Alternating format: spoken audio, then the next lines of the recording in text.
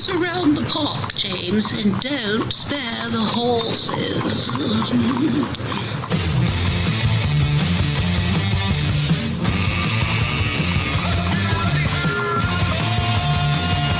It's showtime. Indeed, it is showtime. Welcome in. It's On the Ledge, your Ontario Politics podcast. We are recording this session on Thursday, December the 4th. And as you all know, things may have changed by the time you hear this, but this won't. Toot, toot, all aboard. That's just going to be one of those running gags, I think, for the next couple of weeks. Anyway, let's get around the table quickly here. Keith Leslie is here, political analyst from CHTV in Hamilton. John Wright is the CEO at Canada Pulse Insights.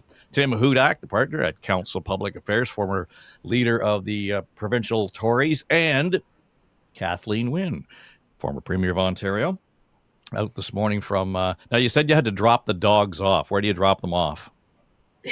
They go to doggy daycare. Oh, I see. Okay. That's part of the deal Right. when I'm on my own. Right. Okay, I got it.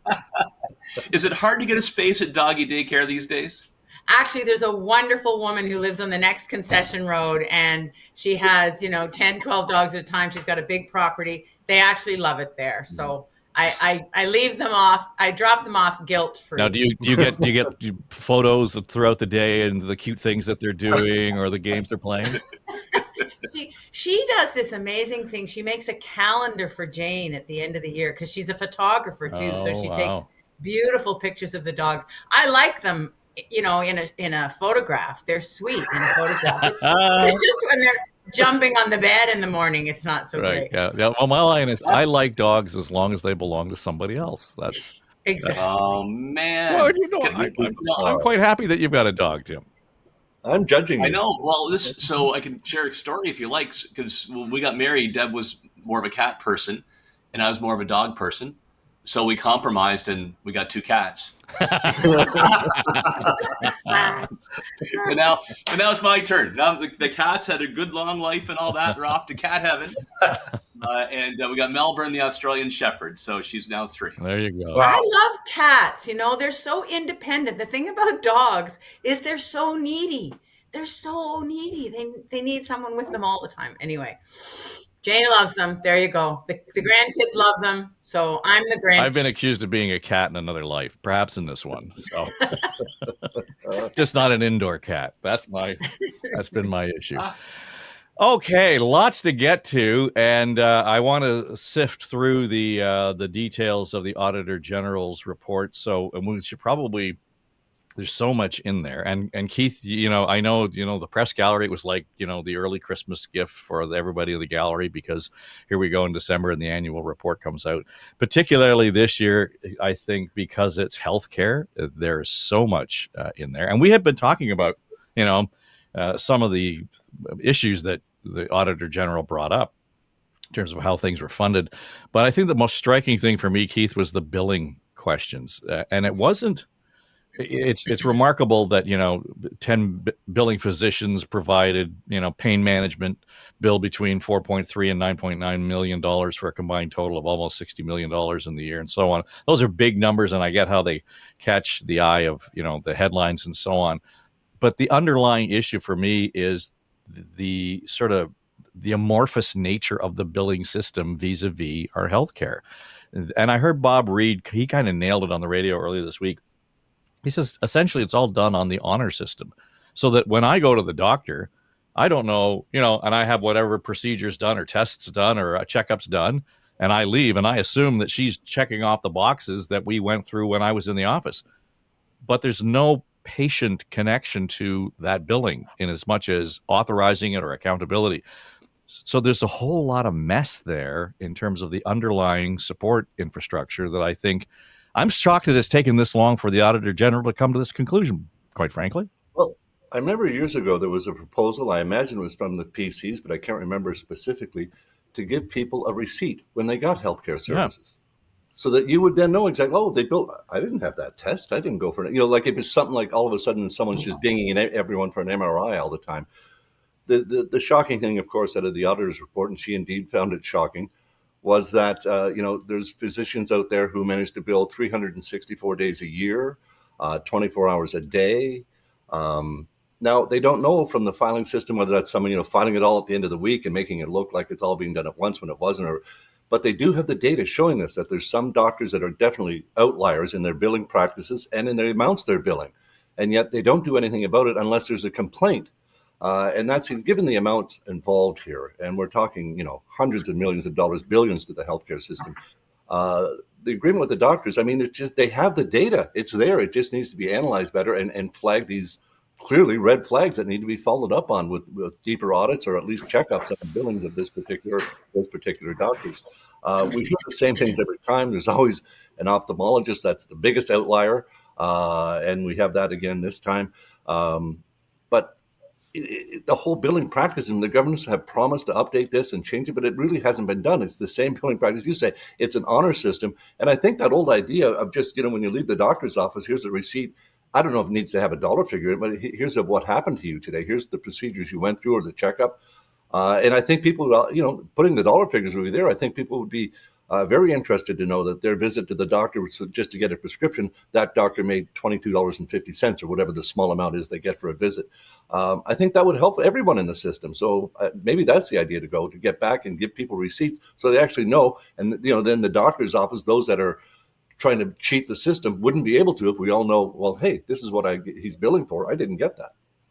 To be fair, we don't know that anybody's cheating the system. The system just isn't really consistent, John. The guy came to clean our furnace there last week, and he had a list of things. I did this, I did this, I did this, I did this, and then I signed it before I paid him. We're doing it to clean the furnace. We should surely be able to do that when we make a regular visit to the doctor. I suppose. I guess I see this report a little bit differently. It kind of landed with a thud. There were the days, of course, that all of us know where an Auditor General's report would land. It would take up days of coverage. It would, be the double page spread. This time it's well over 300 pages, and it's just kind of landed. So that's the first thing from a public opinion point of view. I don't think it surprises people when they hear that there's some waste and difficulty within the healthcare system. So that I don't think this sticks to the government. Secondly, I think it's important for auditors to go ahead and find these things. The government clearly has learned and federally that the best thing to do is to say, we accept all the recommendations and kind of move on. Look, the healthcare system to most people in this country is about making sure that they have a doctor, not necessarily about the billings of the doctor. We hear a lot about the OHIP system and doctors not being able to bill for certain procedures, and that the need is there for update. That's the sort of thing that the Ontario Medical Association and the government negotiate. And in fact, they did negotiate and said that they would find savings within the system, and that is still yet to be realized. But the more important thing is when we hear this week that half of the doctors that we have, in fact, are considering to retire in the next 5 years. That shouldn't be surprising. I have two of my doctors who are younger than I am, that's for sure, but they're on their way out the door and they're handing it off to younger doctors. And in some cases, that's going to mean closed practices. So I guess from a public opinion point of view, it doesn't surprise people when they hear something like this.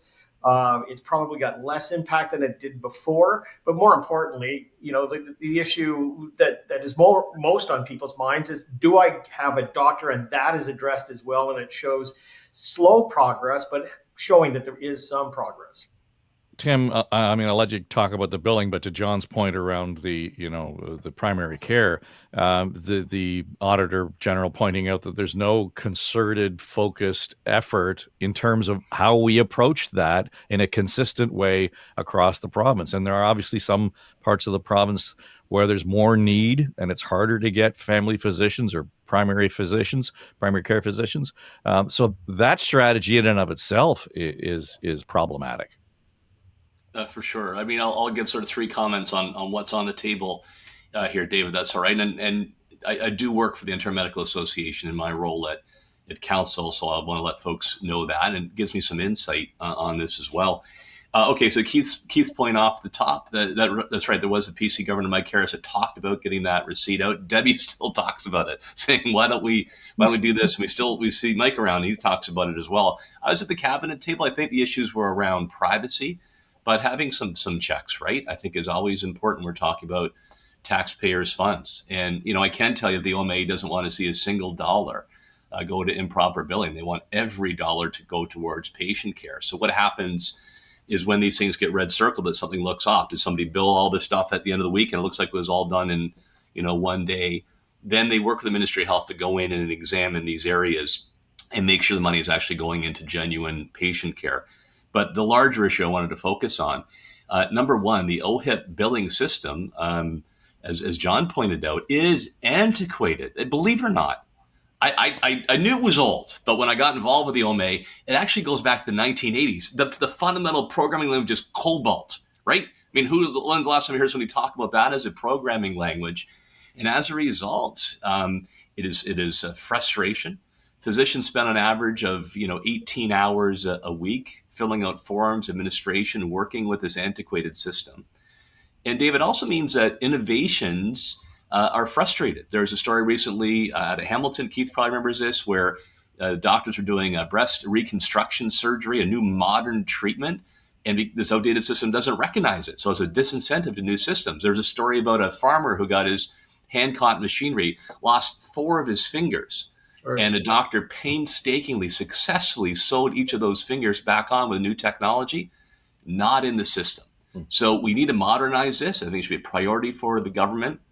And secondly, John pointed out there's a crying need for new docs, family physicians particularly, looking at retiring and fewer going into that system.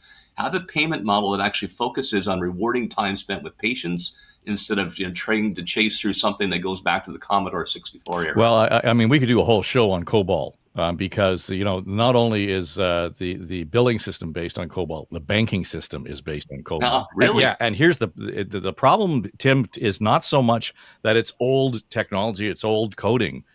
It's old guys and old women who only know how to speak the language. They don't teach COBOL in universities anymore. And the foundation of our financial systems are based on COBOL. The foundation of our healthcare system is based on COBOL. There's a whole show to do on that, and there's a danger based on the ineffectiveness around teaching and being capable of speaking and writing that code. Anyway, Kathleen Wynne, the other part of this problem becomes around the medical schools. I mean, we hear the premier, we hear the health ministers, we hear, all the advocates for the government will stand up and say, well, we're building new medical schools. There's going to be more capacity, et cetera, which is great. I mean, let's take that at face value.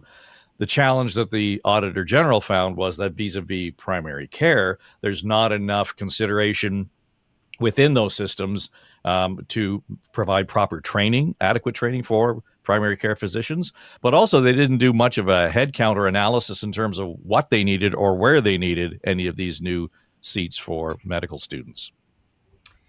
Yeah, so I think just a couple of things. Obviously, the Auditor General, to John's point, highlights issues that need to be dealt with. And so you can bet that there are conversations right now, and have been since the Auditor General was writing the report. The ministry is working on how to address these issues, and with luck, there will be improvement. So I think we have to give that credit, and every government has to deal with these challenges, and they're real. That's why we have an Auditor General, so that we can unearth things that in the sort of day-to-day business of government that you wouldn't hit upon. So I think that is really important, and that's the issues that are raised in this report are things that have gone on for a number of years, obviously.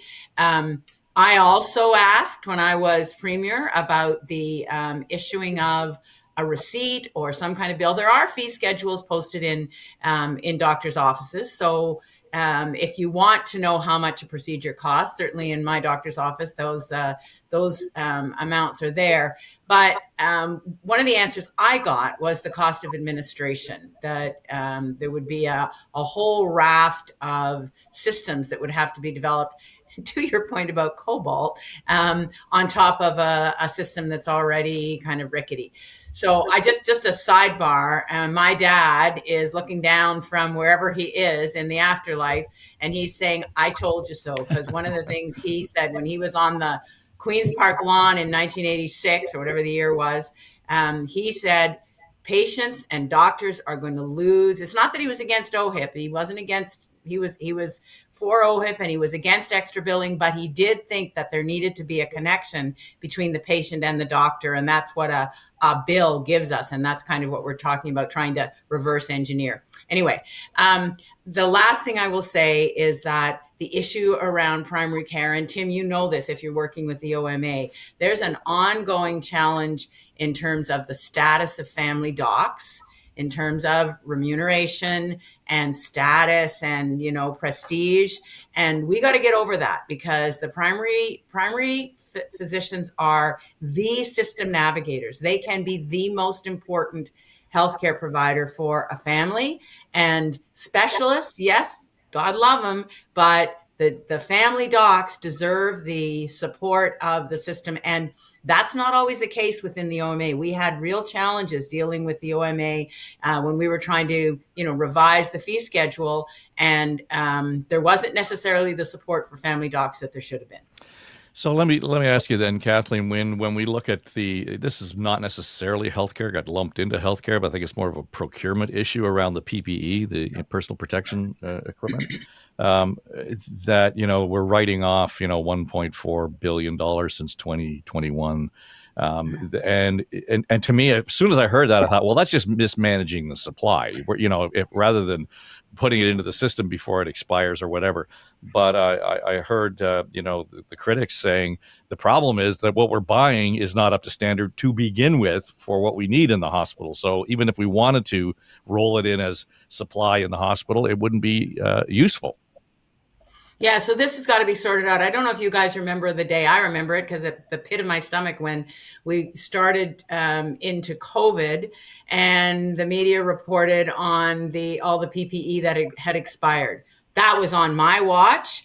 And I remember that day thinking, how the hell did we miss this? How did we not know? How was the reporting loop not there that we would know that this supply was expiring? So that happened, and now we're in a situation where the PPE is being disposed of because it's expiring and it's not getting out into the system. But honestly, it feels like two sides of the same problem, which is there isn't enough oversight on how much is being purchased, what the need is, dispensing it to the system, and then making sure that whatever we have in storage doesn't expire. So I think it's a good thing that the Auditor General shone a light on this, Dave. I think we just need to figure out how to buy enough that we can use it, get it out to people, and not let it expire.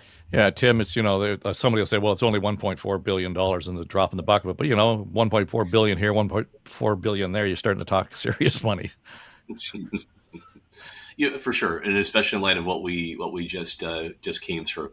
So I think Premier, said it well, the Auditor General has a important role to put red circles around issues across government. And to John's point, they seem to fizzle out more quickly than they used to. Well, to stay on it, to return to it. And I think all of us as commentators, media, have a job to hold government to account to what's found there. Well, John, you're one who has kind of used the phrase "there's going to be a reckoning," and that is to suggest that somehow we have taken lessons from COVID. This suggests to me that we have not. In very short order, we've ignored the issues that we faced in COVID. Yeah, and as I answer this, I should also indicate that I've just been appointed to the Ontario Health Agency, which is the government body that measures, monitors, and knits together this healthcare system. So I haven't even really dug into it yet, so I'm just getting to know it as well. But I think, when you take a look at the healthcare system when it comes to this, there are a lot of learnings to be done every single day. And my sense of it is that even the setup for the monitoring of it, still has areas to be dealt with and to planned out. It's a huge machine. I mean, it doesn't matter what province you're in. The healthcare occupies the largest expenditure of where you're headed. And I am a broken record on the graying and aging population. As I said, we're seeing it. with the doctors retiring. It affects them as well as us. And I have to say, you can project out into 2035 through to 2041. All of the work that I've done in that area shows that we're headed towards something that really isn't being planned for, let alone talked about. So the reckoning is going to come. It is going to pass through the system very significantly. It's going to be about long-term care beds. It's going to be about services to the elderly. It's going to hit us really hard because we haven't had a chance to kind of have input in it and to look up and see where it's coming. So just like my own life is going to age out, this issue is going to age through, and we're going to have to deal with it sooner rather than later. And I think, this is a fiscal time bomb. I think everyone on this panel who's been in public policy or in the media would agree with me. It is a thermal nuclear time bomb that's going to hit all levels of government, and it's going to be an all society issue.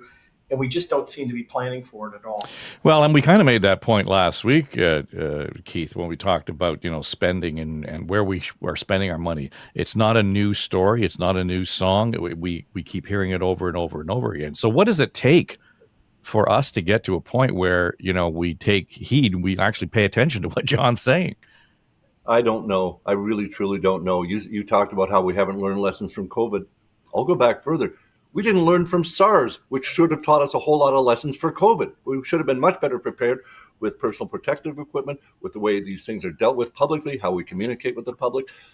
I am not encouraged that we're going to learn anything going forward. The fact that we're buying all this protective equipment, we contracted for billions of dollars worth of it, and we didn't specify that we needed N95 masks, that they can't be just the commercial masks that aren't good, a painter might use or whatever the heck we're buying. It seems ludicrous that we aren't buying something that can be then distributed to the hospitals and then refreshed as they expire and go. I mean, this seems logical and simple enough to set up. Maybe we need a new computer system, but this seems something that, people looking at this system could easily figure out and handle. The whole reason behind all of this is to be prepared, to learn the lessons that we should have learned. And Dave, I think you're right. We haven't learned from COVID. We certainly didn't learn from SARS. And the projections that John talks about are very, very scary, but they're also very real. He's not wrong in what all of us understand what we're facing here, but the public policy aspect of it does not seem to be addressed. Yes, the government is building more long-term care homes.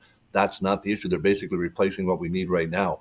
There's bigger issues to come, and it's going to hit the healthcare system very, very hard. And I suspect governments, certainly the provinces, unless the feds decide they're going to pony up a lot more percentage-wise share of the healthcare budget, provinces are going to have to look at healthcare fees again, some sort of OHIP fee or premium. They won't want to call it a tax, but that's the only way we're going to be able to afford that coming, I think John called it an apocalypse, nuclear detonation of the aging healthcare system, or the aging population hitting the healthcare system all at one time.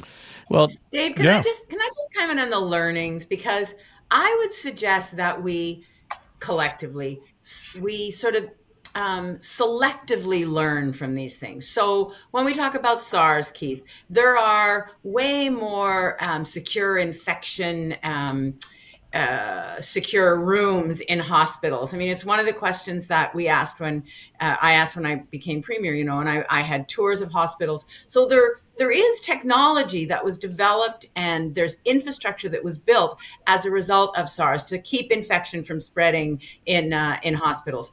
I would suggest that this government has kind of hyper-corrected on a lesson that was learned during COVID. They're throwing out the PPE that has expired because we learned that it expires and that we didn't have enough on hand during COVID. It's just that we don't seem to learn systematically, and we don't seem to be able to do a kind of holistic reset after these crises. And while we learn some things, we just don't learn all of them. So, I mean, maybe that's just the human condition and we have to keep correcting as we go along. But I would say, thank goodness we've got a conversation with the Auditor General, no matter what the government stripe, so that we can at least fill in the gaps when we know about them. Well, John, we should all be satisfied then, because the government said, well, we're going to accept all these recommendations and we're just going to move on if everything's fixed. Well, you know what? That seems to be the way with almost every government over the last number of years, no matter at federal level, provincial level, or across the country. It's the best way to get the heat off, The question is whether over time those recommendations are implemented. And we often see where that's the case with most governments completing, let's say, 70 or 80% of them, and things also, kind of hang over. We also take a look at what point in time the Auditor General has addressed and the sort of things that they have addressed. And some of these things take time. Yes, people are lined up to get doctors. That's not going to be solved within the next year, 2, 3, 4, or 5 years completely.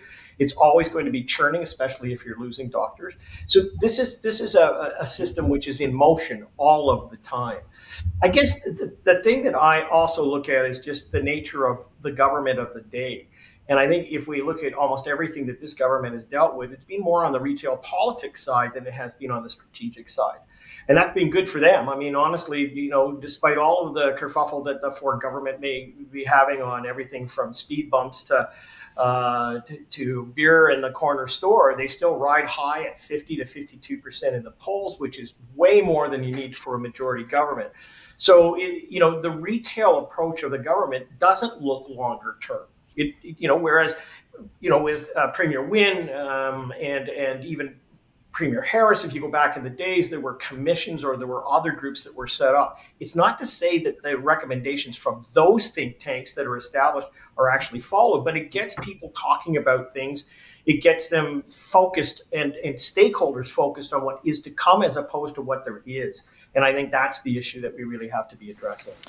Tim, John cites the continued popularity of the Ford government, and there are those who would point to the $112 million of taxpayer-funded advertising that was purchased last year, and most of it, said the Auditor General, was to shed, a good light, a positive impression, I think was the phrase she used, of Premier Ford's government, particularly ahead of the election. And in fact, I think on one of the podcasts, just after the election was called, some of those ads were still running, which was a no-go zone to begin with.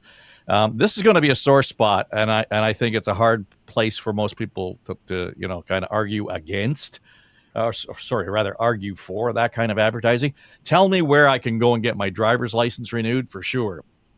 But telling me what a great job we've done and pat ourselves on the back because I can, get to work this much faster than I did last year at this time, not quite sure that's a good use of ad spending. Yeah, I'm really torn on this. I think big picture wise, this has been a tool that is used increasingly by each government, no matter what the stripe. And in opposition, they criticize it, but then they end up using it.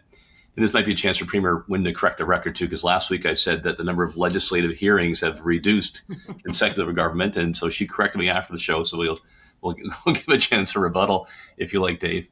And I'm torn on it, right? So changes were made where the Auditor General has to approve ads now. There was some controversy, I think, under the McGuinty government where she was saying no to ads that had the color red in them because that was too partisan. So you got to figure out where to draw the line. On principle, government does need a chance to advertise. You mentioned around getting your COVID shot. You can push the line as well. I think that if, there's an economic strategy to, support investment and encourage investors around coping with the post, Trump tariff era, I think that's fair game. But when you cross the line into, what looks like an endorsement, that's not. The question is, who's the ref on that, right? I don't think you ban it all together. The Auditor General basically makes a call and then they have to answer for it in the media. I don't know if there is a perfect way after watching this issue over 21 years in legislature and 8 years since to decide exactly who the ref should be. Well, I think it's worth, for the sake of context, that the rules changed under your government, Kathleen Wynne, but the Ford campaign in 2018 says we're gonna go roll the regulations back to the way they were, and they never did.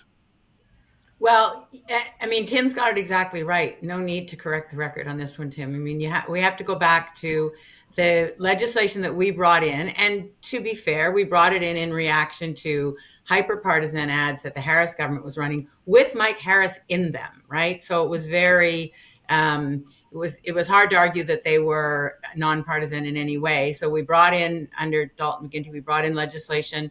And Tim's right. I mean, we got to the point where literally if there was a red apple in an Ontario agriculture ad, that Auditor General wouldn't allow the ad to go forward. So we did loosen it a bit, but we didn't change the essence, which was they are to be non-partisan ads. So, I actually think that Doug Ford, when he looked at it, or when his team looked at it and said that they weren't going to reverse the changes that we made, it makes sense, because we still left the Auditor General in place. There's still a check on the advertising.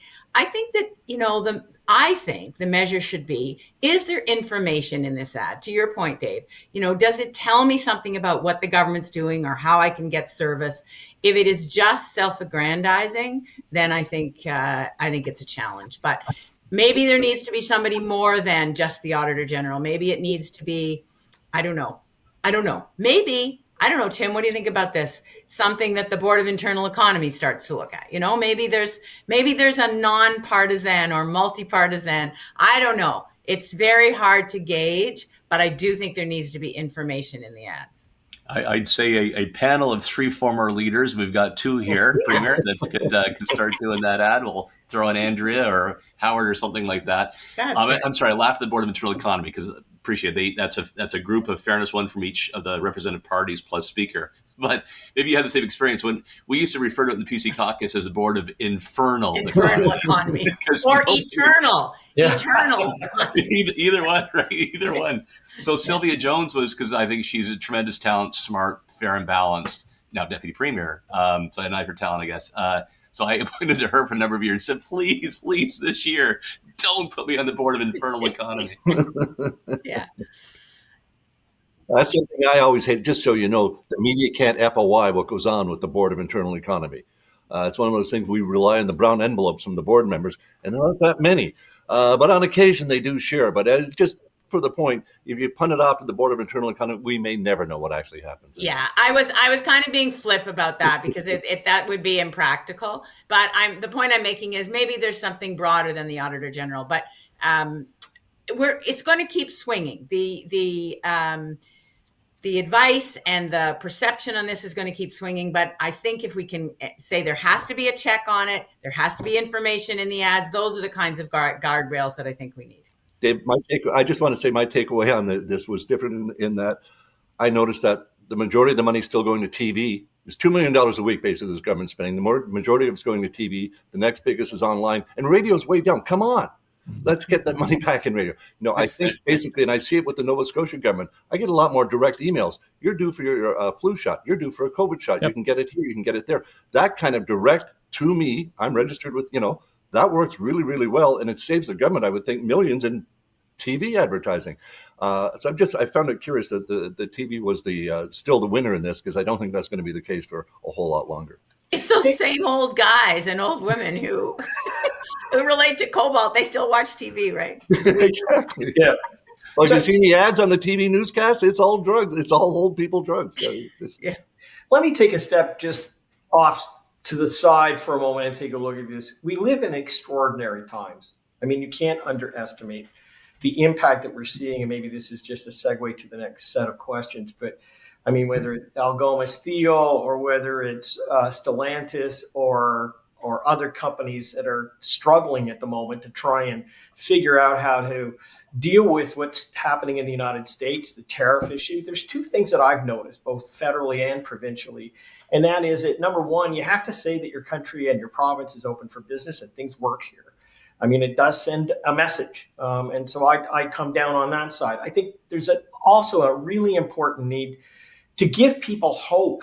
And yes, you can say that, we're all in this boat together and elbows up and all that sort of stuff. But what you see the Prime Minister doing as well is going to different countries, saying that we're open for business. And even when the Swedes come, and I don't know whether they're going to, what kind of a job they're going to do, whether it be on a fighter jet or otherwise. They did sign an agreement with CAE for, I think it was $1 billion while they were here. But I detect overall that this country needs to be assured by its leaders that we're holding it together. So again, I'm not going to comment on the specific nature of this, but in terms of advertising, sometimes it's about saying we're open for business, that we're working through these things, that we are actually doing what we can to make sure that the economy is building and moving ahead. And maybe that flies in the face of those who would say that, there should be nonpartisan ads. On the other hand, we live in an age where people need to have hope. And I would just point out that in the last month alone, in the last 2 months alone, the sense of the future of the country has gone up from a pessimistic 33% up to 37%. And you say, oh my gosh, that doesn't sound like much. When you're doing public opinion and that's a bounce, given what we're dealing with on the economy, up 7 points, that's pretty significant. So people need to know across this country that they can continue on and the governments are actually doing things to make sure that they've got jobs and put food on the table. Well, the irony may be to that point, John, is that the most popular ad that was not included in that $112 million that made most Canadians feel good was the Ronald Reagan ad that played in the United States. So, I'd approve that right one. there you go. Tim, I'm not sure that there's a lot to discuss or debate around this, but I wanted your take based on your experience at ORIA, the Ford government firing the entire Ricoh board this week, Real Estate Council of Ontario getting caught up in the IPRO Realty scandal. That just, again, to go back to, it sounds like it took perhaps longer than I would have expected for the government to take action on that, considering that crap hit the fan back in August. So I'll defend the minister's choices here, right? There was a full investigation that he actually ordered expanded by a respected law firm, Denton's, into exactly what happened, and also to look at Ricoh, the regulator for real estate sales in the province, and those that are involved in real estate, where there's systemic issues as well. Report comes back, reviews it. And then I think from a jurisprudence point of view, gave Ricoh a chance to respond. So I think that process was right, but he made the right move. So why is this interesting? I wrote about this a month or so ago when this was all moving through the wash, and I'll do it again. This is the first time that any of these administrative authorities, they were created under the Harris government. I voted for them. I was minister responsible for them and have worked with them in my job at ORIA. It's the first time that an administrator was actually sent in and the board disbanded. So in 30 years, that had never happened before. Why did that happen? Well, number one, this was probably the largest real estate scandal in recent history, where the regulator had tunnel vision and let off the hook a major brokerage that lost up to $10 million in trust funds. And trust funds are sacred. This is the money you put down as a deposit when you're buying a home. You trust it's going to be there when you close the deal. So that is a cardinal sin.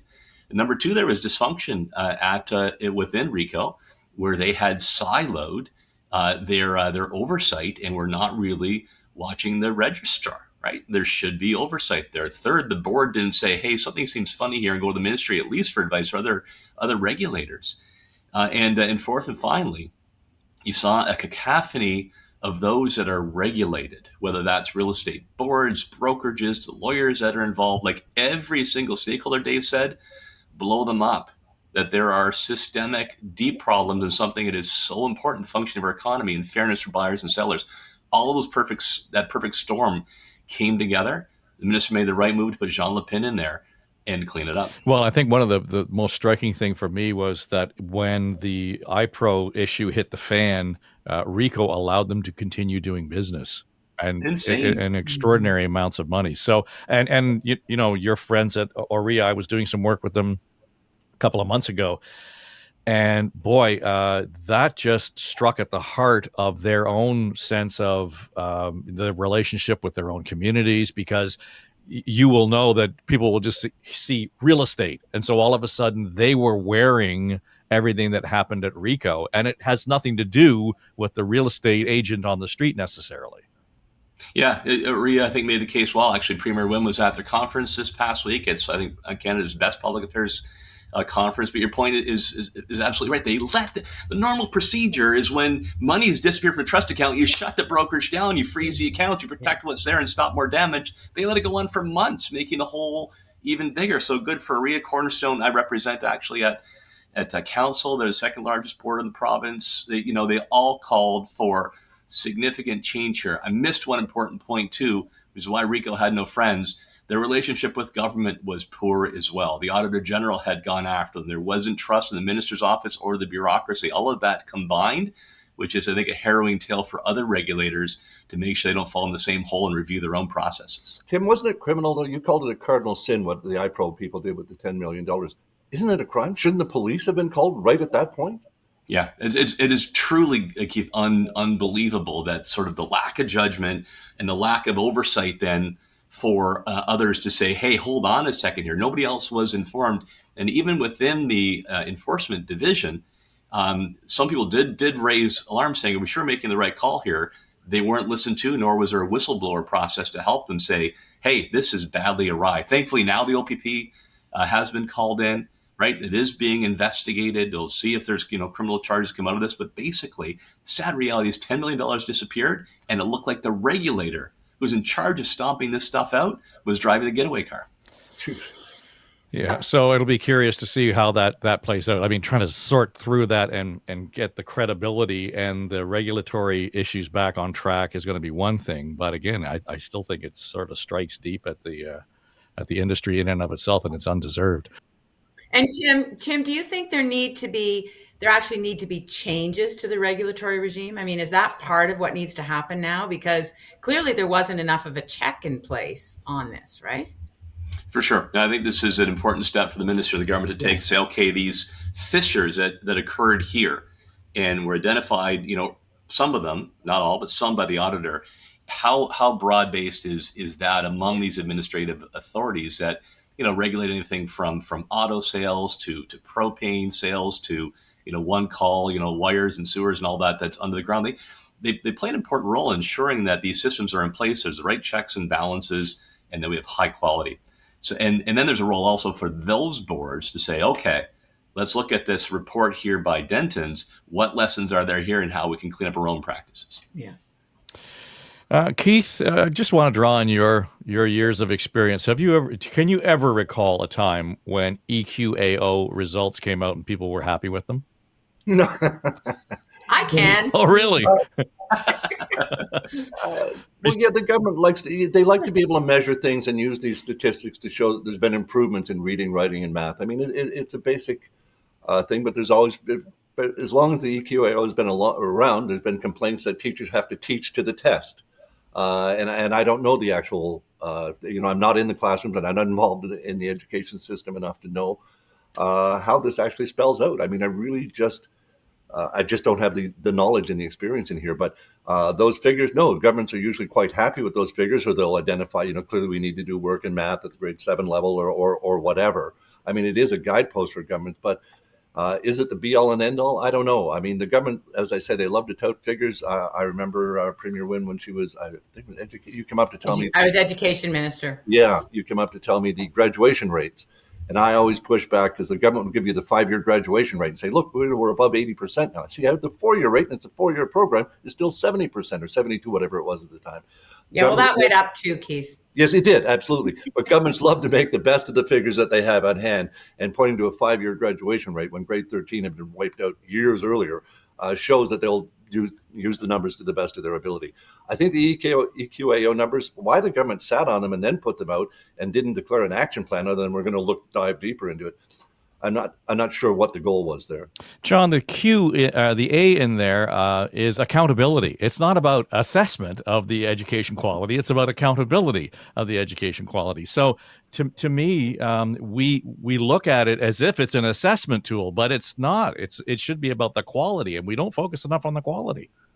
Yeah, it's well-rounded. I have to say that having 4 kids go through the education system, that as a parent, having those test scores were important. I mean, if you can't measure it, you can't model it, right? Like you got to figure out how it's done. But it has to have some kind of continual review process. I also looked at this and said, we've also had a significant influx of immigration. And you can't discount that, where kids are coming from other countries. They may be illiterate in certain things. God knows I had a hard grasp of trying to get math, in grade 10 to grade 13, let alone some kid coming through from another country with a different language. I think there's other factors that you look at, but yeah, the minister has basically delayed it and believes that there should be some scores to be raised, some output to be improved. If that in fact is the true nature of it, well then I as a parent would say, yeah, let's see what we can do to make sure that the system is better. And it means that you are accountable if you see something that needs to be developed, that you're actually doing it. Well, Tim, I went through some of the school by school stats for the grade 6 results, and I was shocked. I just went through a couple of pages of the lists randomly in the Toronto District School Board, and I was shocked at the number of times when you would look it up and say how many kids are English speakers or English as a second language, and there were not enough participants to make it statistically accurate. So I don't know how you measure reading scores at a level where we don't even know how many kids actually effectively speak English. Well, look, I think John Wright made the right points there. It is important to measure, and then with those measurements to make the right decisions to incentivize improvements in the system, and then to examine where that doesn't happen. And no test is perfect, Dave. I guess if we get to the pearly gates, St. Peter may have perfected the test by then. I hope he's lenient. It's better to have some system than none. And, I voted for this. I support the concept. You can always hone it, but it's much better than the blank information we get about our schools, our school boards, Catholic versus public versus French, than before this was brought in. And I, as a parent, right now, one in elementary school, one who's gone through the entire system, I do worry about declining quality of education. So it's also important to measure how do we do against other provinces and competitive jurisdictions. And sadly, Ontario is on a trend where we're falling behind other nations. Yeah, I guess so. I just don't see any there, Kathleen, in terms of what. Again, we go back to what did we learn from this experience, and this has been the same songbook for years. Few variations in the lyric, but it's the same tune.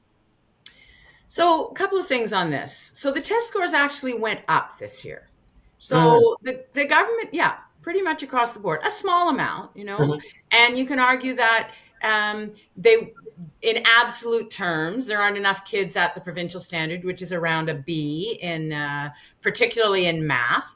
But the minister could have come out and said, look, we've been through COVID and the test scores are up a bit and we're focusing on these areas. Could have done that. Did not do that. When the test scores were going up more precipitously was in the years when Gerard Kennedy and then we were the education ministers, and there were a lot of resources being targeted, particularly at schools where kids were struggling, and there was a lot of professional development and a lot of peer-to-peer sharing of resources. There was a lot of professional best practices. There were a lot of professional best practices being shared. So there was a very concerted effort, particularly in the schools where kids were not achieving up to the standard. So to your point about was there ever a time when the test scores were going up? Yeah, there was. That support has petered off over the years. And I think, so two things. I think what is happening right now is that those supports are not in place. There has been, for example, math curriculum that has been introduced without a lot of professional development, without a lot of time between it being introduced and the teachers being expected to teach it. And there are some online modules that the teachers are supposed to learn from, but they need more than that. They need more support. They need release time to actually work with their peers, to work with experts. That's not happening. So I think that if this panel is put in place, I would hope that some of that advice would come back to the government, that you need to put in place the supports for the teachers to actually learn the curriculum, especially because elementary teachers are generalists, right? They are not specialists. And so particularly math, a lot of elementary teachers are not comfortable teaching math, and they're certainly not comfortable teaching a new math curriculum without time. The second thing I would say is I wondered why the minister was withholding these test scores. I think this is part of a bigger strategy. This government, you heard him in the announcement talking about, putting some of the blame on the trustees. This is a play to build the bigger case for we've got to get rid of school boards. I think the minister's getting ready to make an announcement within the next couple of months, I don't know, that is going to seriously change the way education is governed in this province. And I think this is one of the building blocks in that. And he was putting together a plan. I just go back to what I said originally. He could have played this a completely different way because the test scores are up, and he could have said, we're going to put some more supports in place to get these ones up. But he didn't do that. I think he really, he wants this to be continue to be a blame game, and we'll see who these people are who he puts in place to review. I said on the radio this morning that I'm not against a review. I think that I actually think we need a review and a reset of education in general, but it depends what the terms of reference are and whether they're able to look at the resources that teachers have and so on, or whether it's just a way to further blame school boards. John, what's the political jeopardy for a government that says, okay, we're going to get out of the blame game, and all of a sudden you're at the center of that target then, aren't you? Who, the government? Yeah. Is? I mean, if they go ahead and say we're going to take complete control of the education system, is there no, I would think that there's a considerable amount of political risk there. Exactly. They haven't thought that piece through. Yeah, it does, because every time something goes wrong, the fingers point up and over what used to be a trench line, right? Mm-hmm. So they have to be careful about that. But the other thing is that when you look at the public opinion environment, it has been for years now open to making major changes at that level of school board trustee. We not only have a situation where on a practical political point of view, that there have been indiscretions made, whether they go on trips or spend money for these sort of things. And that makes it into the public domain, and that's what people think about. But I have to go back to what I said before. When I've had 4 kids go through the education system here, did I ever meet with my trustee? Never once. Never. It was, in fact, the only time I saw my trustee is when they handed out a diploma to my kids to graduate. Most of the time, or all of the time, it was either to the teacher or to the principal. So there's a disconnect in terms of the practicality of what a trustee does. If a trustee is supposed to be there to manage the public system and its money, to ensure that level of accountability, then they're doing a pretty lousy job at it from a public perception point of view, and they've opened the door to it. So I agree with you. It's going to leave the government more vulnerable if it takes it over. On the other hand, the trustees have not done much of a favor to themselves in terms of how they've actually governed their role within the education system. Well, we managed to get through the whole hour, and we didn't talk about the skills development fund, but Toot toot, all aboard! There you go. That will be very useful in the coming weeks, I think, as we continue on. All right, let's leave it there for this week. John Wright, Tim Hudak, Keith Leslie, Kathleen Wynne, thank you all. And for those of you who are watching or listening on YouTube, plenty to listen to the show on the RSS feed on YouTube as well, so you can do that. But otherwise, it's on Apple and Spotify and iHeart. So make sure you hit the subscribe button, follow us, and you'll get notifications as soon as the next episode is available. And if you like it, say so. And if you really like it, share it. All right, that'll do it for us. It's On the Ledge, your Ontario Politics podcast. I'm Dave Trafford. Enjoy your weekend. Pay no attention to that.